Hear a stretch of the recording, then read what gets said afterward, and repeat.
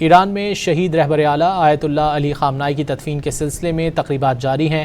علی خامنائی سمیت دیگر شہداء کی میتیں تہران کی جامع مسجد میں رکھ دی گئیں، جہاں آخری دیدار کرایا جا رہا ہے۔ شہید کے تابوت کو امام رضا علیہ السلام کے روضے کے علامتی سرخ پرچم سے لپیٹا گیا ہے۔ اس موقع پر دنیا بھر سے وفود کی جانب سے خراج عقیدت پیش کرنے کا سلسلہ بھی جاری ہے۔ مزید جانیں گے اس رپورٹ میں۔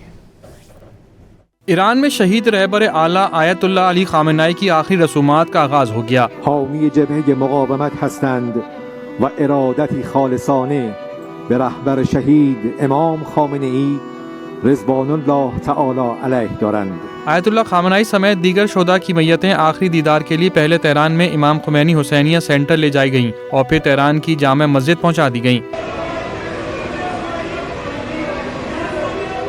شہید کے تابوت کو امام رضا کے روضے کے علامتی سرخ پرچم سے لپیٹا گیا ہے۔ تقریب میں شہریوں کا ہجوم امڈ آیا اور انہوں نے شہید رہبر کو خراج عقیدت پیش کیا۔ موقع پر شرکاء نوحہ خوانی کرتے رہے اور رکت آمیز مناظر آئے۔ دنیا بھر سے سربراہان مملکت سمیت 100 سے زائد اعلیٰ سرکاری وفود بھی شہید رہبر اعلیٰ کی آخری رسومات میں شریک ہو رہے ہیں۔ اس موقع پر غیر ملکی وفود نے گہری تعزیت کا اظہار کیا۔